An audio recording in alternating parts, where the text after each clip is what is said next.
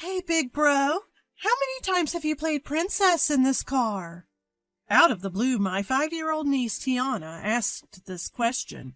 Huh? While driving, my husband Corey responded with a surprised look. What do you mean, playing princess? Well, have you had a lot of princesses in the car? Tiana's odd comment was a turning point. It led me to discover the true identity of my husband. I'm Annie, a 25-year-old office worker. I've recently tied the knot. My husband? Corey, a co-worker. Corey started at the company the same year I did. He's not just good at his job, he's also incredibly good-looking. A real catch from day one. 2 colleagues, Sylvia and Angelica, both a couple of years my senior, clearly had their eyes on him. They often came over to Corey's desk offering to help with work or bringing him snacks, clearly trying to get his attention. One day, I found myself invited to a social gathering by Sylvia and Angelica. Of course, Corey was there too. There were 2 other male employees, but the eyes of these senior colleagues were fixed squarely on Corey. While I politely nodded along with the conversation, I quietly sipped my drink. To my surprise, Corey texted me later that night.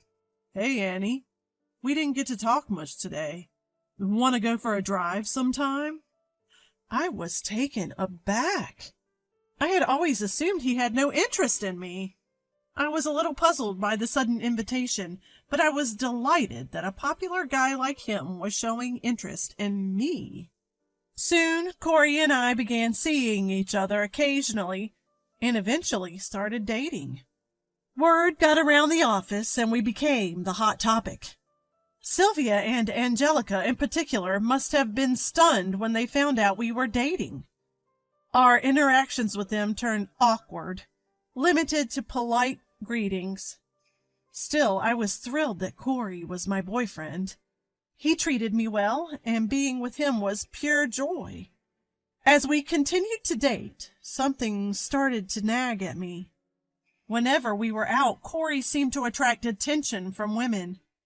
As we walked down the street, I noticed a pair of young women staring at Corey next to me. After we passed, I overheard them. Wow, did you see that guy? He's so hot. I know, right? What a looker! They were glancing back at us. I glanced at Corey, but it was hard to tell if he was hearing the same thing or not. He was completely expressionless. Maybe for Corey, this kind of thing is just another day at the office. That could be why he doesn't even flinch when he hears voices like this.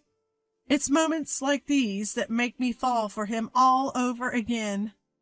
But I couldn't just bask in the joy. It happened while we were sitting in the cafe. Sure enough, a group of women sitting at the next table were stealing glances at Corey. And as we got up to leave and passed by them to pay the bill, I heard the woman whispering among themselves, He's good looking, but isn't she just average? Yeah, what a waste. Hearing this, a shock ran through me, but I acted like I hadn't heard a thing. Corey, as usual, was indifferent and settled the bill. I was hurt by those words, yet a part of me thought, maybe they're right. I had always felt insecure, fearing that I might not be good enough for someone as handsome as Corey. Driven by my insecurity, I opened up to him about it. I do love you, Corey, but sometimes I worry. You're quite the catch, and I wonder if I'm enough for you. After hearing me say this, Corey looked surprised, but quickly responded with a warm smile. You don't have to worry, Annie. I love you just the way you are. Those words brought tears to my eyes, and I decided to stop overthinking it. And so, our relationship thrived and led us to marriage. At our wedding, Corey was quite the hit with the ladies. My aunt in her 50s ran up to me, exclaiming, Annie, you've scored a handsome hubby. Way to go! My old friends also came up to me, whispering, Your husband is so handsome. We're jealous. But I had no more worries. Corey had chosen to marry me, after all. I was so happy. Among the wedding guests were Sylvia and Angelica, my senior colleagues. Both congratulated us, smiling warmly. Congrats! Wishing you all the happiness! I hugged them both, saying, thank you. My older sister and her family also attended. My sister is 4 years older than me, and has a 5-year-old daughter named Tiana. I had asked Tiana to be our flower girl. I've always adored Tiana, so having her as part of the ceremony was a joy. Sometime after the wedding, my sister asked if we could babysit Tiana for a bit. Corey had the day off, so I happily agreed. When my sister came to pick her up, Tiana was fussing, saying she didn't want to leave yet.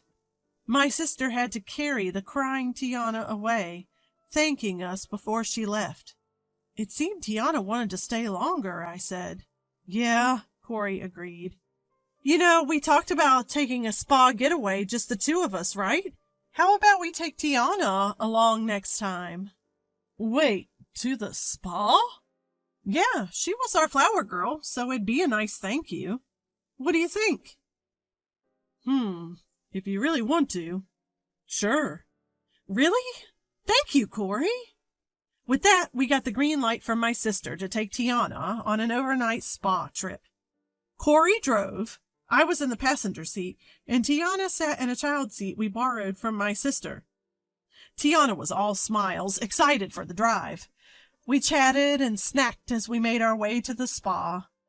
After a while, Tiana started to talk. When I was in my mommy's tummy? What? I was shocked. I remembered my sister saying that Tiana might have womb memories. At bedtime, Tiana had mentioned some uncanny things my sister had told me. In my mommy's tummy, I was usually sleeping, but sometimes I'd wake up and float around. Wow, Tiana, that's amazing. You remember so much. Yeah, and I could also hear Mommy's voice. Really? Hearing this, even Corey, who was driving, couldn't hide his astonishment. Wow, can't believe this stuff actually happens. It's amazing, isn't it? Kids are something else. Soon after, Corey saw a convenience store on the side of the road. He parked the car and went inside to shop. Tiana and I decided to wait in the car. Eventually, Corey came back, and we resumed our journey to the hot springs. As we were driving, Tiana suddenly said something surprising.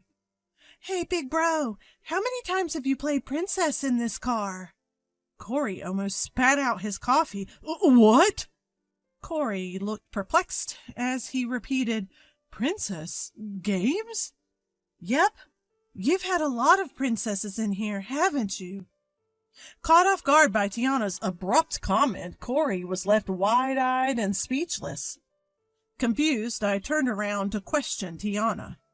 Tiana, what do you mean by princesses? I mean, you've played princess a lot in this car, haven't you? I was as baffled as Corey was. Seeing our confusion, Tiana teased. I won't tell. It's my secret now because I found out on my own. Tiana wouldn't elaborate any further, giggling to herself and whispering, It's a secret. Suddenly, she grew tired and fell asleep. The atmosphere in the car turned strangely awkward. Still puzzled by Tiana's words, Corey and I conversed. So, what was Tiana talking about? This princess thing? No idea, man. I know she likes princess characters and often plays pretend at home. Maybe she saw a princess in the car? Who knows? You know, it seems like Tiana might have some sort of prenatal memories, and maybe even special intuition. Come to think of it, she did mention she found out something on her own. About 2 hours later, we finally arrived at the hot springs. Tiana woke up as we arrived and went with us to our hotel room. All three of us entered the room, and Tiana happily gazed out the window. I want to hit the hot springs right away. Is that cool? Well, sure, go ahead. Corey left the room alone to take a bath. I chatted with Tiana in the room, feeling relaxed. But then I remembered what happened in the car, and I had to ask her again. Hey, Tiana, earlier in the car you asked Corey, how many times have you played princess in this car? What was that about? Uh-huh. I have no idea what you were talking about, and it's been bothering me. Well, then, I'll show you, Annie. Tiana opened her small bag that she always carries and began to lay out various items on the table. What are these? These are the things I found in Big Bro's car. They were cute, so I thought I'd keep them a secret and take them all. I looked at the items Tiana had laid out on the table, and I was stunned. Hairpins, hair clips, earrings, necklaces, lipstick, mascara, and even a hotel-provided hairbrush. None of it was mine, but they were clearly belongings of an adult woman. Where exactly in the car did you find these? Well, they were under the seat near my feet. A lot of them, actually. Wait, all of these were scattered around? Yes, it's like a princess playset, right? Rin has a lot of these at home, too. That's true. Listen, can I hold on to these? I want to ask Corey something. What? No way, I found them. I'll buy you another adorable princess set, okay? Really? Okay, fine then. With that, I put everything Tiana laid out on the table into my bag. I had thought Tiana had some special perception, talking about prenatal memories and such, but it seems that wasn't the case. However, my gut feeling wouldn't go away. Whose are these? Then Tiana and I went to take a hot spring bath. When we returned to the room, Corey was already there fiddling with his mobile phone. Upon our entry, he hurriedly stuffed his phone into his pocket, looking somewhat suspicious. Welcome back. Thanks. The hot springs were nice, right? Yeah, this place has amazing springs. Tiana got all warmed up, too. Yes! After that, we enjoyed a luxurious dinner at the hotel. At night, Tiana, probably tired, fell asleep early. Corey was sprawled out, playing with his phone. Hey, Corey. Could you take a look at this? I placed all the items I had just received from Tiana on the table. Corey, rising from his seat to get a closer look, seemed to freeze, speechless. Looks like Tiana found all these things rolling around on the floor of the car. Corey, who had been slightly flushed from drinking, suddenly turned pale. She thought these were all princess playset stuff. Accessories, lipstick, mascara, brushes, and all. Is that what this is about? So whose necklace is this? I held up the necklace for Corey to see. He didn't answer. Next, I took the lipstick and examined it closely, and it had the name Sylvia engraved on it. Sylvia? At this, Corey averted his eyes. Corey, this can't be Sylvia from work, can it? Corey remained uncomfortably silent. Why would Sylvia's lipstick be in your car? Did you give her a ride? He nodded in silence. Why? Are you seeing Sylvia? He nodded again. Are you kidding? Was this before or after our marriage? Corey answered in a somber tone. Both before and after. What? I was so shocked my mouth stayed wide open. After digging for the truth, Corey finally admitted to having an affair with Sylvia. But the surprises didn't stop there. I began to worry about Angelica, who used to be close to Sylvia, and also chased after Corey back in the day. Hey, you're not involved with Angelica too, right? Corey averted his eyes. You've got to be kidding me! Turns out Corey had been secretly seeing both Sylvia and Angelica while we were together. This continued even after we got married. Given that Corey, who works in sales, often worked late and went in on weekends, I now understood why he seemed so busy all the time. When I started dating you, Sylvia began sending me tons of emails every day. She wanted to meet, just the two of us. So I'd meet her occasionally. Then Angelica reached out, and I couldn't say no, and things just spiraled from there. I can't believe this.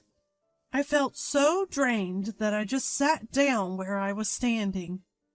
My handsome, kind husband had been involved with 3 women at the same time. As I probed further, it turns out Corey had dated multiple women since high school. At one point during college, he was seeing up to 5 women at the same time. I never wanted to ask Corey about his past relationships in detail. I thought nothing good would come of it. But to think he was this much of a womanizer. If you wanted to date multiple women, why the heck did you marry me? You could have stayed single and lived it up. I genuinely wanted to marry you, Annie. You're the steady type, someone I wanted as my wife. My parents were also pressuring me to get married and give them grandchildren. So you didn't think you should break up with the others? I really love you, Annie, but I also needed different types of relationships. What? Sylvia is like the dependable older sister, and Angelica is, well, harsh, but physically my type. They all serve different roles for me. It's been normal for me to rotate through multiple women. By now, I was beyond angry and just dumbfounded. My once dashing husband now just looked like a total sleaze. But I had no idea there was something left in the car like that. Me neither. If Tiana hadn't found it, I'd still be in the dark. I'm really sorry. Remember how I used to say I felt insecure because you're so popular? That I felt I wasn't good enough for you? Yeah. Well, that's changed. No matter how handsome or popular you are, you're just a low-life man. Corey looked down in defeat. If you want to sneak around, then go ahead and do it for the rest of your life. You'll find women who will flock to you just because you're good-looking. But I'm done. I want a divorce. Corey's shoulders slumped. It was now late into the night. Tiana was sound asleep. I was thankful to Tiana for finding all those lost items in the car.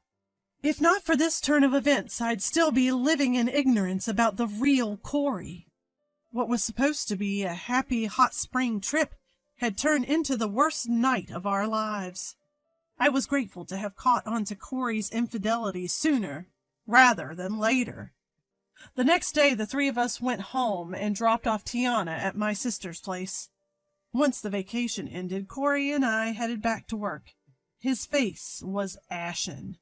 Everyone arrived for work and the morning meeting began. Today, I was the one leading it. Good morning, everyone. A quick announcement about some lost and found items. It turns out my husband's car was a treasure trove of lost items. Upon asking him, it seems they all belonged to Sylvia and Angelica. I said this while placing the lost items from the car onto my desk. Both Sylvia and Angelica looked shocked, and the other employees started murmuring. Corey just stood there with a blank expression. This lipstick has Sylvia's name on it, doesn't it? As I held out the lipstick, Sylvia rushed over with a flustered look to claim it. I'm not sure about the rest, so could you two sort it out? Sylvia and Angelica started dividing up the various items I had placed on my desk. Both were visibly sweating and flushed. Sylvia, Angelica, thank you for entertaining my husband so thoroughly before and after our marriage. I understand he's been a frequent guest at your homes. Sylvia and Angelica looked tense. The other employees and even the boss were stunned. Since I've found out that my husband has been seeing both of these ladies while married to me, I've decided to divorce him. Corey's face sank so low it almost disappeared. I'm stepping down as his wife, so feel free to fight over him as you please. That's all for me. Thanks for listening. This concludes our morning meeting. I sat down, and the room buzzed with whispers. Corey, Sylvia, and Angelica stood silent and defeated. Soon after, all three were called into a separate room by their bosses. Eventually, the trio could no longer stay at the company and left, effectively getting fired. After the divorce, I returned to my parents' house and planned to commute from there for a while. I consulted a lawyer and sought compensation from Corey, Sylvia, and Angelica in the divorce trial. Later, I learned that Sylvia and Angelica were fully aware of each other's affairs with Corey and had been competing by intentionally leaving their belongings in his car. Their little lost and found battle had been playing out without Corey and me ever knowing. Post-departure from the company, none became a couple, and they all dispersed. All three had a tough time finding new jobs, partly because they'd left the company in what was essentially a firing. Now, it seems, they're all scraping by, dipping into their savings and taking part-time jobs to keep up with their alimony payments from their divorce cases. On top of that, it appears the rumor has spread, and they've lost the relationships they had built up over the years. As for me, being back home meant I saw more of my sister and Tiana. Tiana still adored playing princess, happily prancing in front of the mirror in dresses and tiaras. You really are a cute princess. Yeah, I hope I will marry a handsome prince someday. Yes, but remember, some princes might look good, but are actually really bad. Make sure he's also a prince at heart before you marry him. Got it. I hope my niece Tiana continues to grow and truly finds happiness. As for me, who ended up divorced in my 20s, I hope to use this bitter experience for a better future, hoping for a good relationship down the line.